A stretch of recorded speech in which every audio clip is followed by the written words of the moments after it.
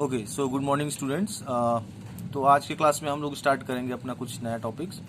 तो देखो, आज का हमारा पहला टॉपिक है वो है कूलम्स लॉ। ठीक है, तो कूलम्स लॉ बेसिकली क्या होता है, देखो इसके लिए हम दो चार्ज कंसीडर करेंगे। ठीक है, ये दोनों पॉइंट चार्ज होगा। पॉइंट चार्ज का मतलब काफी छोटा चार्ज है। मान लेते हैं कि पहला चार्ज है Q1 और दूसरा चार्ज है Q2। ठीक है, इसके बीच का डिस्टेंस को हम कंसीडर कर लेते हैं।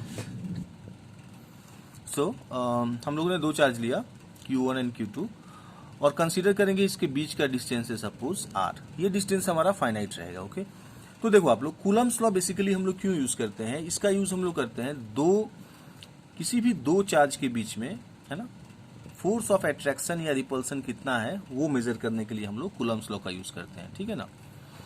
अभी देखो आप, ये चार्ज का नेचर क्या है हमको मालूम नहीं, ये प्लस है माइनस है, वो उससे हमको कोई मतलब नहीं है। ठीक है, कहने का मतलब ये है कि अगर ये दोनों प्लस होगा तो रिपल्सन होगा, दोनों एक माइनस एक प्लस होगा तो अट्रैक्शन होगा। तो या तो अट्रैक्टिव फोर्स होगा या तो रिपल्सिव होगा, वो उससे हमको कोई मतलब नहीं है। ठीक है, चलो तो देखते हैं कूलम्स हमको क्या बोलता है।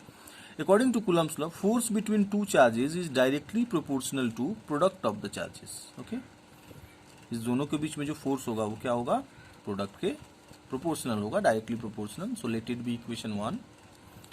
और अगर हम लोग इसका बीच का डिस्टेंस को बढ़ाते हैं, है ना, ठीक है, या इसको कम करते हैं, तो इसको हम लोग लिखेंगे it is inversely proportional to 1/r²।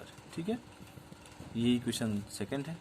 अब आप दोनों इक्वेशन को कंबाइन कीजिए तो लिखेंगे फ्रॉम 1 एंड 2, इक्वेशन 1 और 2 को अगर हम लेते हैं तो हम बोल सकते हैं कि force is proportional to Q1 Q2 divided by R²। ठीक है, दोनों इक्वेशन को कंबाइन कर दिया। अब देखो आप, यहाँ पे एक साइन ऑफ प्रोपोर्शनलिटी है, तो इसको रिमूव करने के लिए हमको इसको एक कांस्टेंट से मल्टीप्लाई करना होगा, जिसको हम कंसीडर कर लिए K। तो क्या हो जाएगा, K Q1 Q2 by R²। ठीक है, तो ये हो गया हमारा फोर्स का फॉर्मूला। ठीक है, अकॉर्डिंग टू कूलम्स। अब देखो आप, ये जो हमारा फॉर्मूला है इसमें हम लोगों ने एक कांस्टेंट K यूज किया है, तो ऑब्वियस सा बात है इसका एक वैल्यू होगा। इसका वैल्यू होता है 1/4 पाई एप्सिलॉन नॉट, है ना। अब देखो इसमें आप 4 एक कांस्टेंट वैल्यू है ना, पाई भी कांस्टेंट है। पाई का वैल्यू आपको पता है कितना होता है, पाई का वैल्यू 3.14 या 22/7। और ये एप्सिलॉन नॉट है, इसका वैल्यू होता है 8.85 इंटू 10⁻⁻12। ठीक है, ये एप्सिलॉन नॉट जो है इसको हम बोलते हैं परमिटिविटी ऑफ द मीडियम। क्या बोलते हैं इसको हम, परमिटिविटी ऑफ द मीडियम। ठीक है, अब देखो आप, ये वैल्यू को इसमें रख दोगे तो ये निकल के आ जाएगा 9 इंटू 10⁻⁹। समझ में आ रहा है बात आपको। ठीक है, 9 इंटू 10⁻, ये होता है हमारा कांस्टेंट का value according to this formula. ठीक है, ओके, तो ये हमारा कूलम्स लॉ हो गया। नेक्स्ट टॉपिक में हम चलते हैं। नेक्स्ट जो हमारा टॉपिक है, सेकंड टॉपिक आज का, ये है फोर्स बिटवीन मल्टीपल चार्जेस। ठीक है, फोर्स बिटवीन मल्टीपल चार्जेस क्या हुआ इसका मतलब, इसका मतलब ये हुआ कि जैसे मान लीजिए कि अगर हमारे पास किसी एक गिवन एरिया में, है ना, किसी एक गिवन रीजन में बहुत सारा चार्जेस अगर आपने प्लेस किया है। ठीक है, अभी हम लोगों ने देखा कि कूलम्स लॉ में दो चार्ज के बीच में एक फोर्स क्रिएट होता है। वैसे ही अगर हमारे पास बहुत सारा यहाँ पे चार्जेस को हम प्लेस करें, है ना, तो हम टोटल फोर्स सभी के बीच में कैसे कैलकुलेट करेंगे वो हम इस फॉर्मूला से देखेंगे या इस टॉपिक में देखेंगे। ठीक है, कंसीडर कर लेते हैं हम यहाँ पे कि ये चार्ज है सपोज, यहाँ पे एक चार्ज है, यहाँ पे एक चार्ज है, यहाँ पे एक चार्ज है ना। तो कंसीडर कर लेते हैं हम इसको Q0, इसको कंसीडर कर लेते हैं Q1, इसको Q2, इसको Q3। ऐसे बहुत सारा चार्जेस हो सकता है, n नंबर ऑफ चार्जेस हो सकता है। मान लेते हैं कि यहाँ पे Q1 चार्ज है। ठीक है, आप कंसीडर कर लीजिए कि ये दोनों का बीच का डिस्टेंस है suppose R01, distance between Q0 and Q1। Similarly इसके बीच का डिस्टेंस है R02, है ना। इसके बीच का डिस्टेंस है सपोज R03 और इसके ये Qn के लिए हम कंसीडर कर लेते हैं R0n। ठीक है, अब हम देखेंगे कि भाई ये सभी चार्जेस हो, यहाँ पे क्या करना है बेसिकली, यहाँ पे Q1 और Q0 के बीच में एक फोर्स क्रिएट होगा, Q2 और Q0 के बीच में एक फोर्स क्रिएट होगा, सभी के बीच में एक एक फोर्स क्रिएट होगा, है ना। तो हमको देखना है कि सिस्टम में अगर इस सभी चार्ज को हम एक सिस्टम कंसीडर करते हैं तो ये सभी के बीच में कितना फोर्स क्रिएट होगा वो हमको यहाँ पे कैलकुलेट करना है। ठीक है, तो सिंपली हम कूलम्स लॉ अप्लाई करते हैं। हम पहले कैलकुलेट करेंगे, let us find the force between Q0 and Q1। समझ में आया? पहले हम इस दोनों के बीच में कैलकुलेट करेंगे तो क्या होगा, ये हो जाएगा F01। ठीक है, इसको हम ऐसे ही डिनोट कर रहे हैं 01 K Q0 Q1 divided by R01 का स्क्वायर। लिख सकते हैं इसको हम अपना कूलम्स लॉ का यूज करके, है ना। वैसे ही हम लिख सकते हैं सिमिलरली F02 भी लिख सकते हैं हम। ठीक है, कितना होगा भाई, ये होगा K Q0 Q2 by R02 square, है ना। वैसे ही हम सभी के लिए लिख सकते हैं, तो हम लिख लेंगे फिर n नंबर ऑफ चार्जेस के लिए F0n is K Q0 Qn divided by R0n square, है ना। ठीक है, तो ऐसे हम लोगों ने सभी चार्जेस के लिए इंडिविजुअली हम लोगों ने कूलम्स लॉ के टर्म में फॉर्मूला को लिख लिया। अब क्या करना है भाई, हमको तो टोटल फोर्स ही सिस्टम का कैलकुलेट करना है। तो टोटल फोर्स कैलकुलेट करने के लिए हम सभी को लीनियरली ऐड कर देंगे, जो कि हम लोगों ने पढ़ा था एडिटिव नेचर ऑफ चार्ज में। ठीक है, देखते हैं क्या होता है।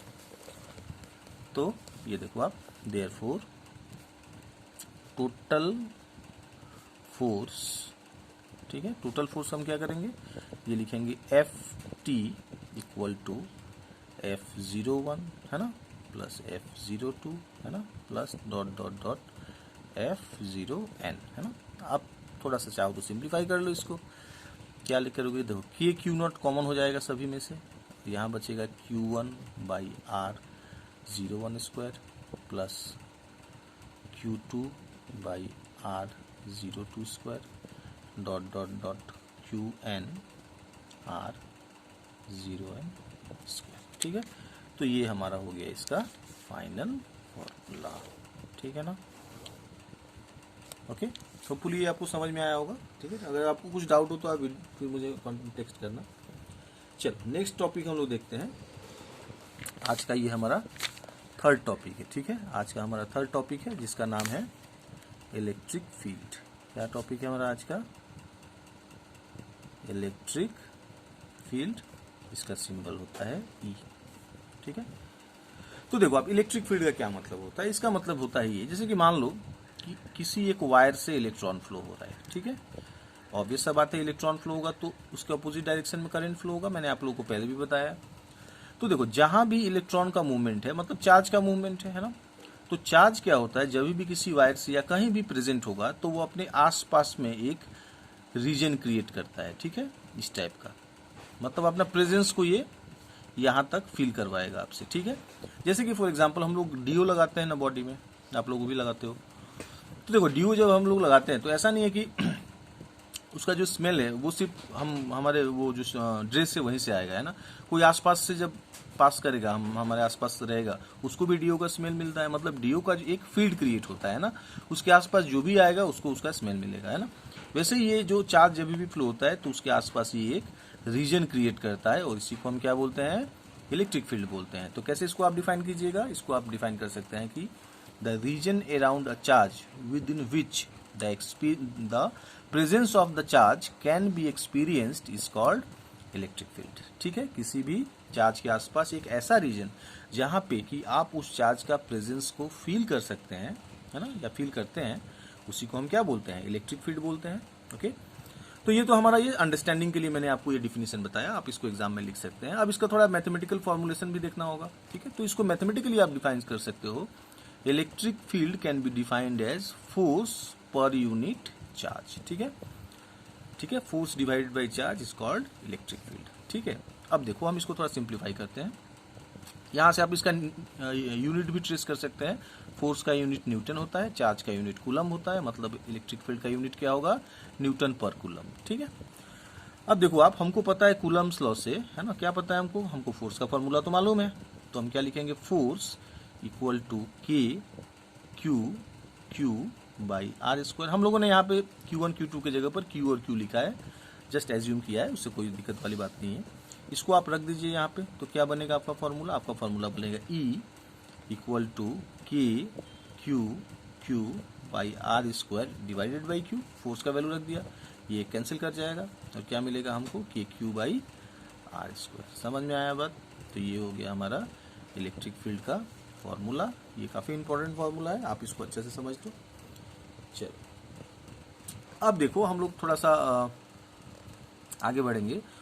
और जैसे कि मैंने आपको अभी बताया कि इलेक्ट्रिक फील्ड जो है ये रीजन होता है एक चार्ज के आसपास, लेकिन ये रीजन क्रिएट कैसे होता है ना, और इसमें और भी छोटा छोटा कुछ बात हमको जानना होगा, तभी जाके ये क्लियर होगा। ठीक है, तो इसलिए हम इसको समझने के लिए और थोड़ा नेक्स्ट एक टॉपिक पढ़ेंगे जिसका नाम है इलेक्ट्रिक फील्ड लाइंस। ठीक है, क्या नाम है इसका, इलेक्ट्रिक फील्ड लाइंस। देखो आप ध्यान से, ये इलेक्ट्रिक फील्ड लाइंस जो है यही रिस्पॉन्सिबल होता है इलेक्ट्रिक फील्ड को क्रिएट करने के लिए। समझ रहे हैं बात को आप।